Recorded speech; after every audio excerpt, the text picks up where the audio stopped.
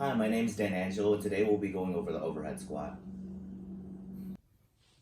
So one of the things that you have to keep in mind is this is a complex movement. The overhead squat is a very complex movement, and it requires a lot of mobility. So work on your mobility prior to engaging in this exercise. A lot of things that people neglect: your pecs, your deltoids, your traps and your lats, as well as a lot of the rotator cuff muscles will either cause your arms to droop down forward or not be able to be far back enough, or even your ankle mobility can cause strains in your form for the overhead squat. So when performing the overhead squat, you're going to need to be in a snatch grip. When you clean the bar, usually your hands are within the first knurling. So snatch grip, usually a good indication thumb rule is to have your hip hinge adjacent to the bar, and you're going to grip it so that it's right in line with your hip hinge. It's a thumb rule. Remember, it's not a you have to do it this way. Some people like it wider, which gives them better mobility overhead. Some people like it closer, but the closer you go, the more energy is going to be required to press the weight up because it's more distance.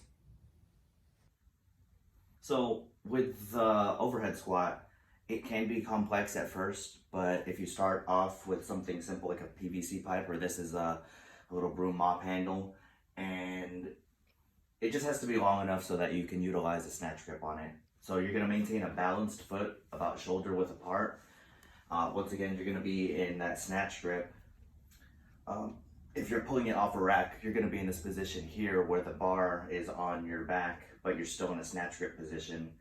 And you can push press it out of this position to get into the starting position where your shoulders are retracted and your arms are extended.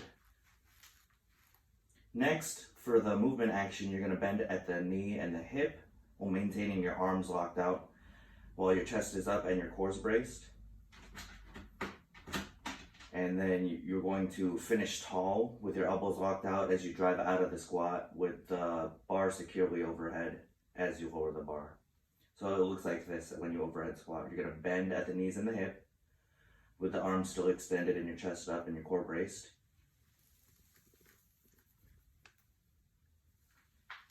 And then you're going to push out of the squat with your elbows locked, the bar securely overhead, as well as you're going to safely lower the bar back down.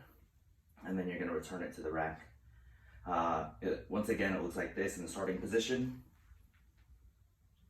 Balanced foot, feet about shoulder width apart. My hands are in snatch grip and my shoulder blades are retracted. The movement, we're going to bend at the hip and the knees while maintaining my arms extended, chest up, and core braced. And then we're going to push out of the squat with our elbows locked. Finish tall with the bar securely overhead and drop the bar. And yep, that is the overhead squat.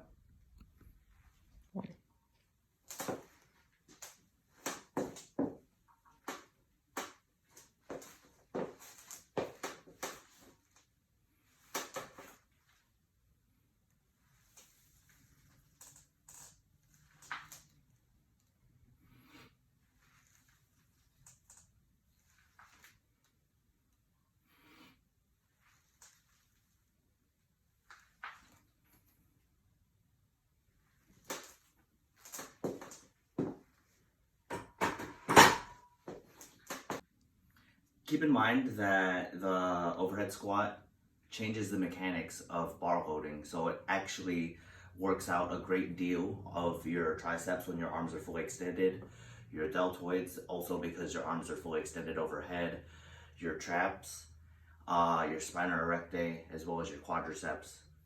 Thank you guys, and let me know if you have any questions.